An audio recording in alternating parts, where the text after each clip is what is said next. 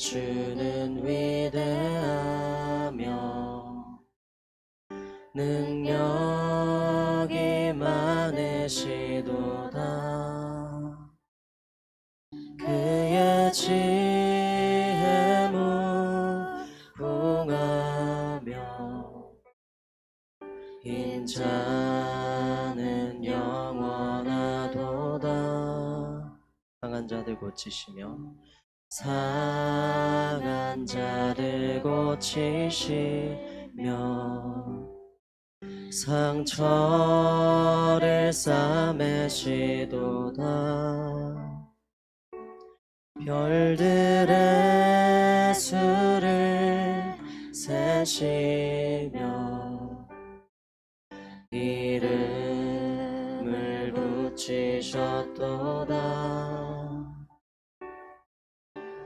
그가 구름으로 하늘을 덮으시며 땅을 위하여 비 준비하시니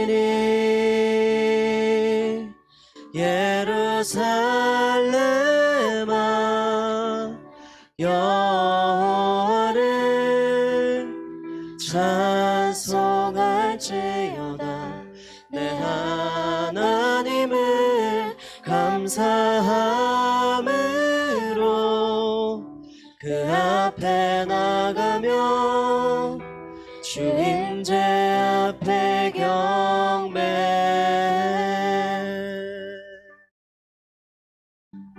한 번 더 고백하겠습니다. 우리 주는 위대하며 능력이 많으시도다. 그의 지혜 무궁하며 인자는 영원하도다. 상한 자들 고치시며 상처를 싸매시도다. 별들의 수를 세시며 이름을 붙이셨도다. 그가 구름으로 하늘을 덮으시며 땅을 위하여 비 준비하시니 예루살렘아 예루살렘아 여호와를 찬송할지어다. 내 하나님을 감사함으로 그 앞에 나가며 주 임재 앞에 경배. 그가 구름으로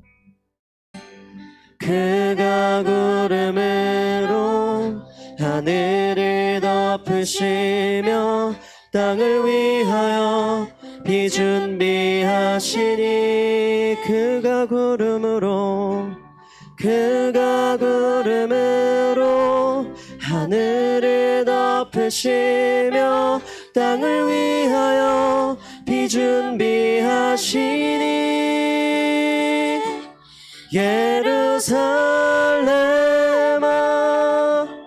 여호와를 찬송할지어다.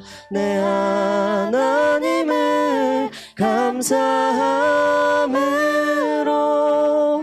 그 앞에 나가며 주 임재 앞에 경배. 예루살렘아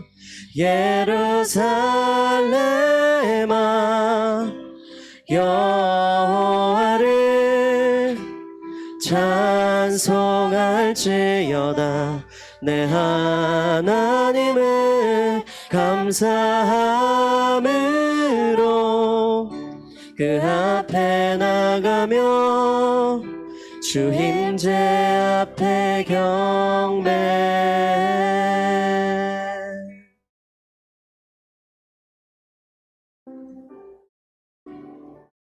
내 안에 주를 향한 이 노래 영원한 노래 있으니 날 향한 주님의 크신 사랑 영원히 찬양하리라. 내 안에 주를 향한 이 노래 영원한 노래 있으니 날 향한 주님의 크신 사랑 영원히 찬양하리라.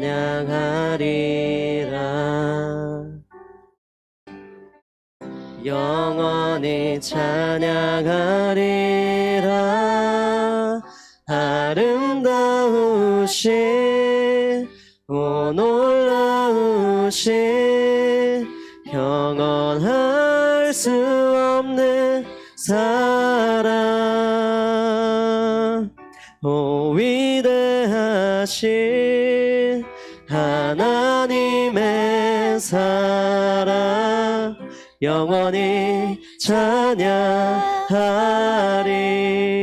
십자가 그 사랑 십자가 그 사랑 찬양하리. 날 구원하신 그 사랑 내 삶을 드려 찬양하리라. 놀라우신 주의 사랑 한 번 더 고백합니다. 십자가 그 사랑 찬양하리. 날 구원하신 그 사랑 내 삶을 드려 찬양하리라. 놀라우신 주의 사랑 영원히 찬양하리라.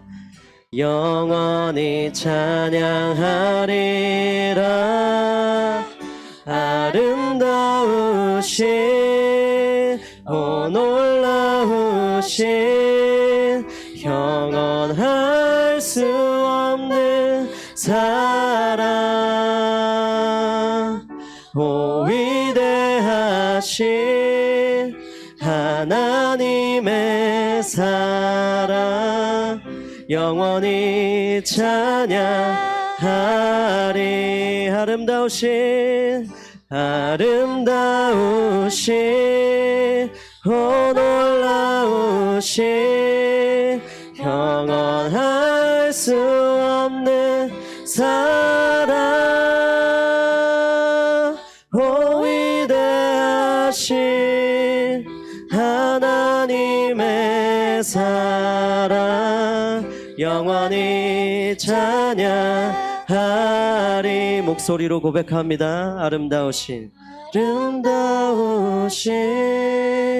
오 놀라우신 영원할 수 없는 사랑 오 위대하신 하나님의 사랑 영원히 찬양하리.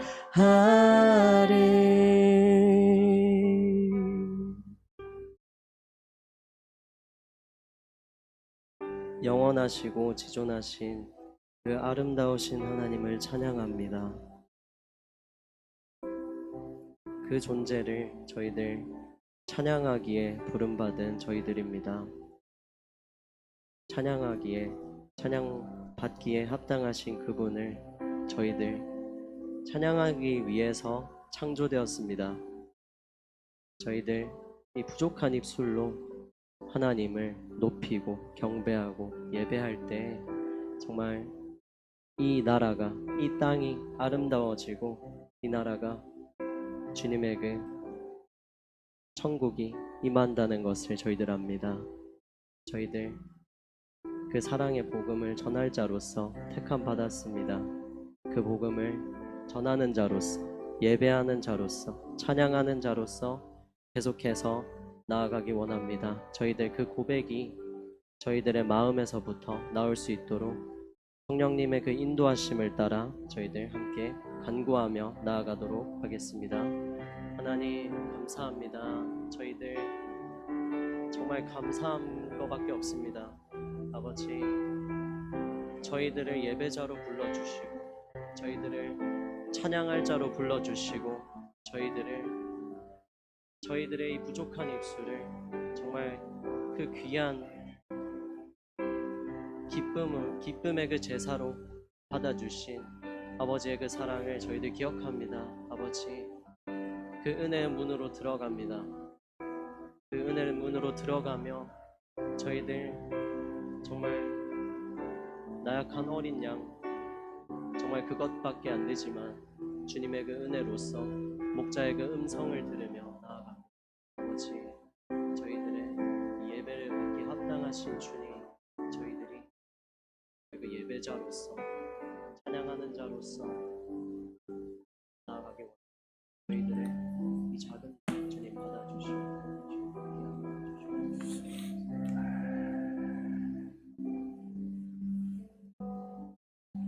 고맙고 감사합니다. 오늘도 주님 앞에 나왔습니다. 하나님, 우리를 위로하시는 주님께서 우리의 영혼을 위로하시고 우리의 마음에 그리스도를 향한 사랑의 마음으로 회복시켜 주옵소서.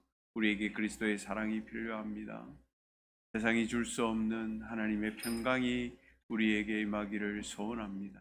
오늘 우리의 마음이 가난하게 되어서 우리 주를 바라고 우리 주 앞에 겸손히 서는 주의 백성들 되게 하여 주옵소서. 감사하고 예수님의 이름으로 기도합니다. 아멘. 네.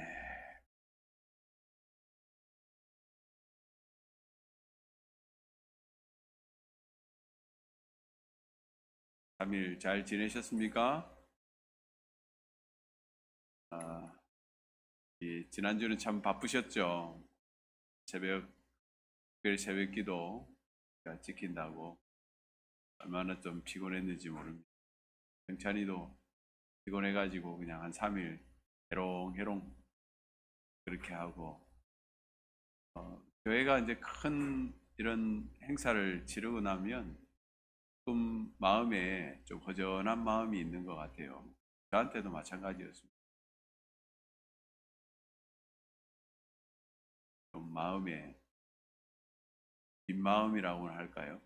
그런 마음들이 있었는데 하나님께서 이런 경험들이 많기 때문에 시간들을 또 하나님 앞에 잠잠히 또 보내고 그러면서 또 3일 주요 기도회를 맞이합니다. 사람들이 이렇게 있다가 새벽에 또 혼자 하니까 더 그런 것 같아요. 그래서 그렇다고 차라리 하지 말까 이제 그런 생각도 할 수 없잖아요. 결국 우리는 하나님 앞에 1대1의 관계로 해야 되는 문제이다. 그래서 다시 한번 생각을 해봅니다. 오늘 말씀 사무엘상 15장 10절에서 12절 말씀 우리 같이 읽고 말씀 보도록 하겠습니다. 사무엘상 15장 10절에서 12절 말씀입니다.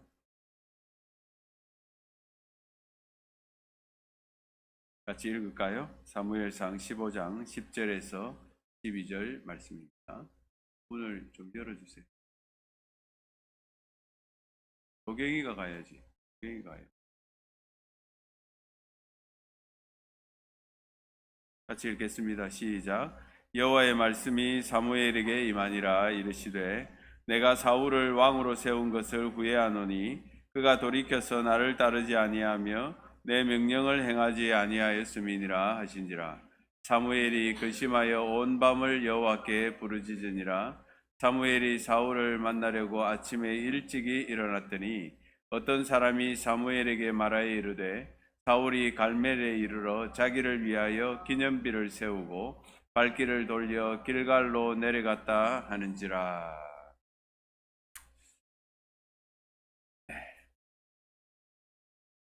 전지전능하신 하나님이 후회할 수 있습니까? 근데 오늘 성경에는 하나님께서 후회하셨다 이런 표현이 나옵니다.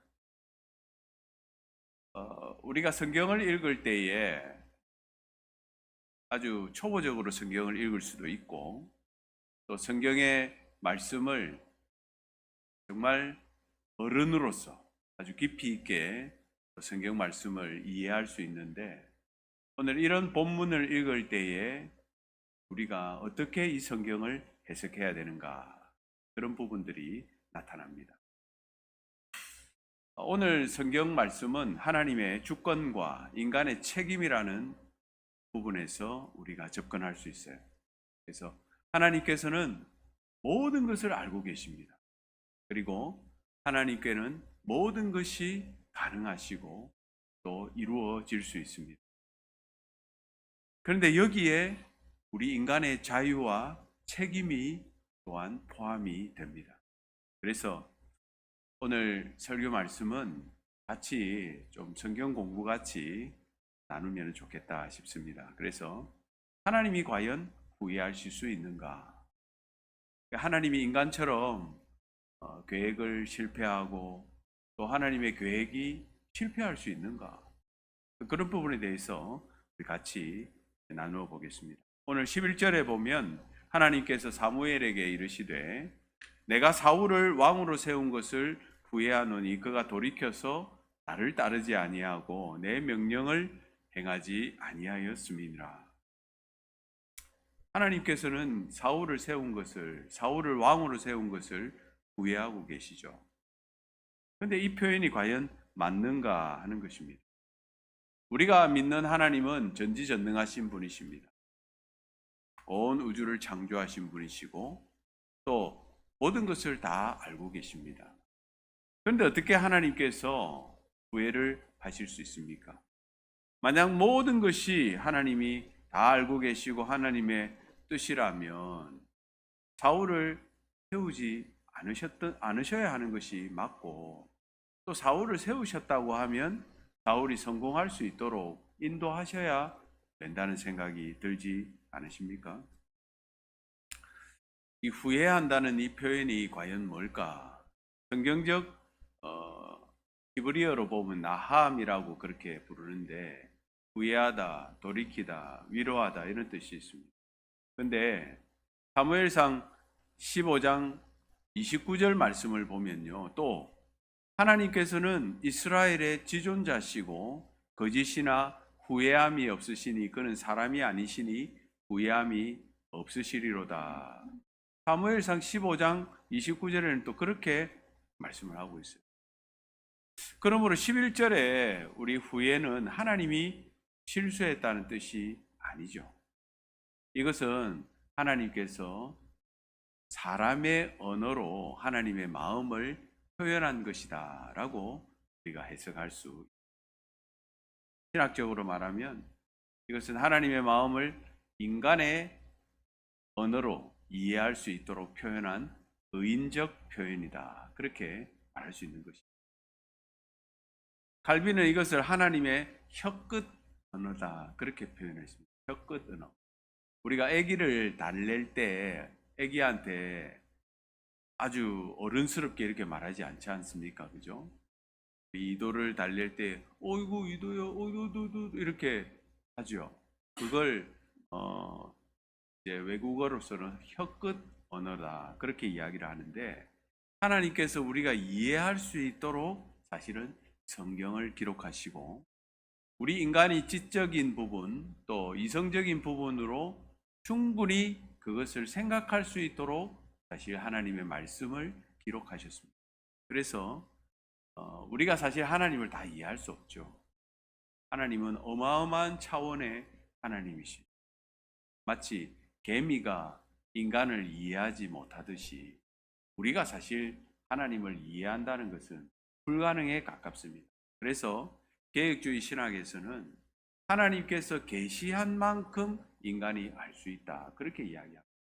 다시 말해서 하나님께서 인간의 언어로 이해할 수 있을 만큼 낮게 수준 낮춰서 설명해야 우리가 하나님에 대해서 조금이나마 알 수 있다. 그렇게 설명하고 있습니다. 그래서 하나님이 후회하셨다. 이 표현은 어떤 표현일까요? 그것은 바울의 이 실패를 보시고 하나님께서 너무 마음 아파하시고 괴로워하신다. 이런 의미로 우리가 받아들이면 되는 것입니다. 그래서 이것은 하나님의 실패가 아니고 하나님께서는 사울이 이미 불순종의 길을 선택할 것을 알고 계셨지만 그러나 그 사울이 그 길로 가는 것을 너무 안타깝게 생각하시고 아파하셨다는 것입니다. 그래서 예수님께서도 다른 유다가 예수님을 배반할 때에 차라리 저 사람은 태어나지 않았으면 좋을 뻔했다. 그렇게 말하지 않았습니까? 하나님께서는 이미 가룟 유다가 예수님의 제자가 되고 또 그가 예수님을 배반해서 은삼십을 받고 팔아 넘길 것을 알고 계셨습니다. 그래서 그 마음으로 그 가룟 유다를 너무 안타깝게 여기셨다는 거예요. 그렇다면 두 번째 질문이 생기는 거죠. 아니, 하나님이 다 알고 계셨다면 사울에게 책임이 없는 거 아니에요? 사울에게 왜 책임이 있습니까? 이미 그렇게 태어났다면 그것은 하나님의 책임이 아니십니까? 여기서 이제 우리 개혁주의 칼빈의 예정론이 거기서 출발을 합니다. 무슨 말이냐면, 자, 하나님께는 시간이 있습니까? 없으십니까? 하나님이 시간이 있을까요? 없을까요? 하나님은 시간이 없으시죠. 왜냐하면 하나님이 공간과 시공간을 만드신 분이지 하나님께서는 시간이 적용되지 않는 분이에요. 그래서 어거스틴은 하나님께서는 영원히 현재만 존재한다. 그런 말을 했습니다. 우리는 과거가 있고 또 현재가 있고 미래가 있는 시간에 제한된 사람이지만 하나님께서는 그런 차원을 넘어 시간을 초월해서 계시는 분이라는 거예요. 그래서 하나님께는 모든 것이 현재라는 사실입니다. 그래서 하나님께서는 과거와 현재와 미래를 다 알고 계시는 거죠. 그래서 하나님은 전지전능한 분이다. 그렇게 이야기를 하는 거예요. 그런데 이것을 우리는 운명론이나 숙명론과 혼동해서는 안 됩니다. 운명론은 뭡니까? 인간의 모든 운명이 태어날 때부터 정해져서 다 그대로 기계적으로 똑같이 움직인다고 말을 하잖아요. 숙명도 마찬가지죠. 숙명론도 인간은 결국 내가 무엇을 선택하든지 결과는 정해진 대로 간다. 답정 너라는 거죠. 그런데 우리가 아는 믿음은 그렇지 않습니다. 우리는 운명론이나 숙명론에 매여 있는 존재가 아니고 하나님의 창조 안에서 그것을 선택할 수 있는 완전하고 하나님만큼이나 완전한 자유의지, 내가 선택할 수 있는 권한을 가지고 태어난다는 거예요. 그런데 하나님께서는 우리의 그 모든 선택을 다 알고 계신다는 거죠. 그러니까 하나님은 그 모든 선택을 계획하시거나 기계적으로 만들어내신 분이 아니고 우리는 태어날 때부터 완전한 자유를 가지고 태어나는데 하나님께서는 과거와 현재와 미래가 없기 때문에 우리가 어떤 선택을 할 것인지 그것을 알고 계신다는 뜻이지, 하나님의 예정론이나 또 하나님의 우리를 향하신 주권, 이 부분이 하나님의 뜻, 이 부분이 우리의 운명을 정해 놓으셨다는 말씀이 아니라는 거예요. 조금 이해가 되시죠? 그래서 하나님은 마치 CCTV를 보시듯이 우리 인생 전체를 다 보셨습니다. 그래서 우리 인생을 다 알고 계시는 거죠. 그런데 그 안에서, 그 시간 안에서 선택하는 것은 우리가 한다는 거예요. 우리가 결정한다는 겁니다. 우리가 그것에 대해서 그러므로 책임을 져야 된다는 말씀이죠. 그래서 오늘 사울은 실패했지만 하나님이 그것을 알고 계셨고 하나님은 그것을 안타깝게 여기신다는 것입니다. 이게 조금 어렵게 느껴질 수 있어서 예화를 하나 들어보겠습니다. 여러분, 하나님의 주권과 인간의 책임이 어떻게 조화가 되느냐? 한 농부가 가을에 풍성한 곡식을 거두었죠. 자, 이 곡식은 누가 주신 것입니까? 100% 하나님의 은혜입니다. 씨앗이 자라고 싹이 나고 그것이 열매 맺고 그렇게 하는 것을 인간이 할 수 있습니까? 못하는 거죠. 그런데 이 수확에는요, 농부의 100% 노력과 책임이 들어가 있다는 거예요. 하나님께서 이 씨앗에 생명을 주시고 싹을 틔우시고 그것을 자라게 하시고 열매 맺게 하신 그 모든 것의 주권은 하나님에 있지만 씨앗을 뿌리고 또 밭을 갈고 잡초를 뽑고 그것을 수확하는 수고를 하지 않는다면 이 농부에게는 아무런 열매가 없게 된다는 거죠. 마찬가지입니다. 우리 인생이 그렇다는 거예요.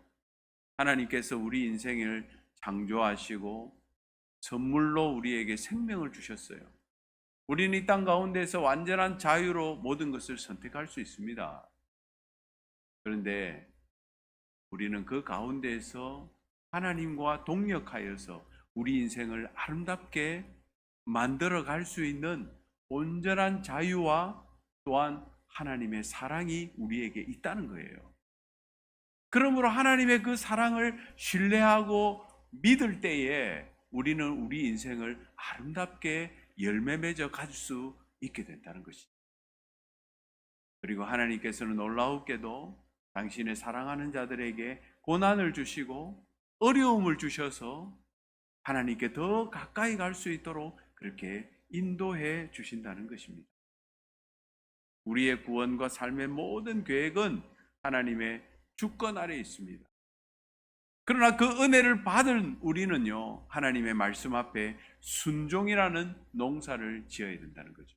우리가 하나님의 말씀을 신뢰하고 그 말씀을 믿으면 믿을수록 우리의 삶 가운데는 순종의 열매가 맺혀진다는 것입니다. 그래서 하나님의 모든 것이 하나님의 주권이고 뜻이지만 그것은 정해진 대로 걸어가는 것이 아니고 정해진 대로 그것이 이루어지는 것이 아니고 우리의 선택과 우리의 믿음과 순종에 따라서 그 열매는 달라진다는 것입니다. 오늘 예를 또 우리 교회를 하나 들어봅시다. 우리 교회가 하나님께서 다 우리 교회에 보내줄 사람 정해놓았어. 정해놨을까요? 안 정해놨을까요? 정해놓았습니다. 진짜로 정해놨어요. 우리 교회의 일꾼과 또 우리 교회에서 함께 일할 사람들을 정해놓으셨어요. 그런데 우리가 전도하지 않는다면 그 사람들이 우리 교회로 올 수 있을까요? 오지 않는다는 겁니다. 이것이 하나님과 우리가 같이 동력해서 만들어가야 될 하나님의 영광이라는 것입니다. 그래서 하나님의 주권과 인간의 책임은 서로 양립하는 개념이 아니고 동력하는 개념이라는 사실이에요. 그걸 우리가 철저하게 깨달아야 된다는 것입니다. 그래서 오늘 우리가 이 애정론에 대해서 자칫 잘못하면 운명론이나 숙명론으로 우리 스스로가 허무주의에 빠질 수가 있어요. 운명론은 우리를 허무하게 만듭니다. 왜냐하면 모든 것이 다 정해져 있다. 그게 니체 철학이거든요. 그래서 니체 철학을 공부하고 프로이트의 심리학에 대해서 우리가 더 노출되면 노출될수록 우리 자신이 허무주의에 빠져요. 우리는 아무것도 할 수 없는 존재다. 이렇게 결론 짓게 된다는 거예요. 여러분, 실존주의 철학자들, 뭐 사르트르라든지 이런 실존주의 철학자들이 그래서 정말 1800년, 1900년대에 자살이 그렇게 유행했지 않습니까? 허무주의에 빠졌거든요. 인간은 아무것도 할 수 없다. 아닙니다. 하나님께서는 우리를 향한 인생의 무대를 펼쳐 놓으시고 그 무대에서 우리가 하나님을 의지해서 주인공으로 정말 하나님 앞에 인생을 아름답게 살아가는 것은 우리의 책임이고 의무라는 사실. 그리고 하나님께서는 그 인생이 하나님께 도움을 구하고 또 하나님을 의지할 때에 놀라운 것은 그 인생의 길을 변화시키시고 새롭게 하시고 그 인생을 축복해 주시는 하나님이시라는 사실입니다. 그것이 오늘 하나님의 주권과 우리 인간의 책임이라는 것입니다. 그래서 오늘 하나님이 후회하신다. 이 성경을 요즘에 하도 이상하게 성경을 해석하는 사람들이 많아가지고요. 정말 참 성경 해석이 너무 혼란스러운 경우가, 어떤 사람들은 성경을 아예 그냥 문자적으로 해석을 해가지고, 예를 든다면은 우리가 읽었던 사사기라든지 또 그 전에 읽었던 여호수아라든지 그런 성경들을 읽을 때에 이스라엘 백성들이 불순종하고 또 하나님 명령에 순종하지 않음에도 불구하고 하나님께서 예를 들면 아이성을 향하여서 치러 올라갈까요? 이스라엘이 물을 때 하나님께서 그래 올라가라 이야기하십니다. 그런데 그때 우리는 성경을 하나님께서 올라가라 하셨는데 또 가서는 2,000명이 죽고 내려오고 왜 그렇지? 여러분, 그렇게 성경을 접근하면 안 되고 이 성경을 하나님의 마음을 담아서 성경을 읽어야 된다는 거예요. 그래서 그때는 어떤 마음으로 올라가라고 하시는 거죠? 그때는 허락이 아니고 네 마음대로 해봐라 이런 거예요. 성경을 읽을 때에는 그 성경의 시대와 또 그 성경의 맥락과 앞뒤 전후의 사정과 그리고 성경의 전체적인 흐름을 보고 그 안에서 이 이야기와 이 문장이 어떻게 번역되고 또 어떻게 우리가 받아들여야 될 것인지 그것을 결정하고 판단해야 된다는 거예요. 그래서 성경을 읽으면 읽을수록요, 성경은 바다와 같습니다. 여러분, 그런데 얼마나 많은 사람들이 성경을 마치 자기가 혼자 다 아는 것처럼 그렇게 하는 사람들이 얼마나 많은지 몰라요. 특별히 신천지들. 자기들이 성경 다 해석하는 줄 알고 이단들일수록요, 성경을 안다고 말을 해요. 근데 여러분, 항상 조심해야 될 것이요, 다 안다, 내가 다 맞다고 하는 사람들은요, 다 틀린 사람들. 오히려 벼는 익을수록 고개를 숙이지 않습니까? 전 사실 날이 가면 갈수록 성경이 더 어려워요. 오죽하겠습니까? 성경을 읽으면 읽을수록 성경이 또 다르게 저에게 다가옵니다. 접근합니다. 그게 성경입니다. 그런데 우리가 하나님의 말씀을 교만하게 1년에 참 일독도 제대로 안 하면서 하나님의 말씀을 다 안다고 말하기는 어렵지 않습니다. 지금 이 시대는 설교는 넘치는 시대지만 말씀은 없는 시대 아닙니까? 정말 우리가 말씀에 대한 두려움이 있고 또 그 말씀의 율법에 대해서 양심의 걸림이 있고 그런 어떤 삶을 우리가 살고 있지 못하지 않습니까? 그런데 하나님의 부흥의 때에는요, 항상 그 말씀이 성도들과 교회에 엄청난 두려움으로 임했다는 사실을 우리가 알아야 돼요. 그들이 하나님의 말씀을 진정으로 깨닫게 될 때에 하나님의 그 말씀이 자신의 삶을 계속해서 마치 방망이처럼 불구덩이처럼 우리를 그렇게 태우고 또 정죄하고 깨끗하게 하고 그런 역사들이 말씀 스스로 일어난다는 거예요. 그래서 요즘 우리가 리딩 지저스를 읽으면서 참 은혜를 많이 받고 있지 않습니까? 근데 이제 사무엘상쯤 올라가면은 이제 조금 더 가면은 사람이 좀 느슨해지거든요. 그런데 우리가 알아야 될 것은 우리가 성경을 읽고 또 성경을 묵상할 때에 그것을 다 알아야만 그 말씀이 우리에게 역사하는 것은 아니라는 것을 우리가 분명히 고백해야 돼요. 보통 우리가 아이들에게 우유를 먹일 때 아이가 우유의 성분을 다 알아서 그 우유를 먹고 애가 자라는 게 아니잖아요. 우리가 하나님 말씀도 마찬가지예요. 우리 주일학교 아이들이나 우리 청소년 아이들이나 우리 청년대학부 아이들이 이 성경 말씀을 저도 가만히 생각해 보니까 제 청년 시절에 제 중고등부 시절에 뭘 알고 성경을 읽은 건 아닌 것 같아요. 그런데 놀라운 것은 콩나물에게 물을 계속 뿌리면 콩나물이 쭉쭉 자라듯이 물은 빠지지만 하나님 말씀 앞에 서고 하나님 말씀을 듣고 하나님 말씀을 그냥 읽고 그렇게 할 때에 놀라운 것은 그 말씀이 그 사람에게 역사한다는 거예요. 그 말씀이 그대로 역사해서 그 사람의 삶이 형통하게 된다는 겁니다. 여기서 형통은 말씀이 그 사람의 삶에 이루어지는 삶을 이야기합니다. 그냥 잘 되는 삶, 돈 많이 벌고 이런 삶이 형통이 아니고 말씀이 그 사람의 삶에 역사하고 이루어지는 삶이 형통의 삶입니다. 오늘 그 삶이 저와 여러분에게 그렇게 이루어지시기를 주님의 이름으로 축원합니다. 그래서 오늘 사울은요, 정해진 길로 간 것이 아니고 자기의 선택에 따라서 결국에는 하나님께 버림받을 수밖에 없었습니다. 그렇다면 오늘 저와 여러분은 해야 될까요?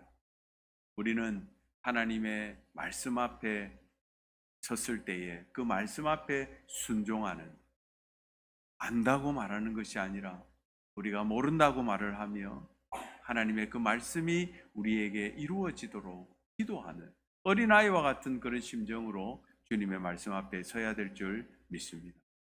그래서 우리가 하나님이 모든 것을 주관하시기에 우리는 더욱 순종의 길을 가겠습니다. 하나님이 하실 것이니 나는 가만히 있겠다가 아니고, 순복음 교회, 옛날에 제가 어릴 때에 여의도 순복음 교회 갔는데 그 새벽기도 처음 저도 우리 청소년 아이들을 데리고 참석을 했는데, 제가 그때 너무 놀랐어요. 왜 놀랐냐 하면 사실 그 여의도의 그때 당시에 금융의 중심이었거든요. 그러니까 여의도에서 일한다고 하면 우리나라 최고의 엘리트들이었어요.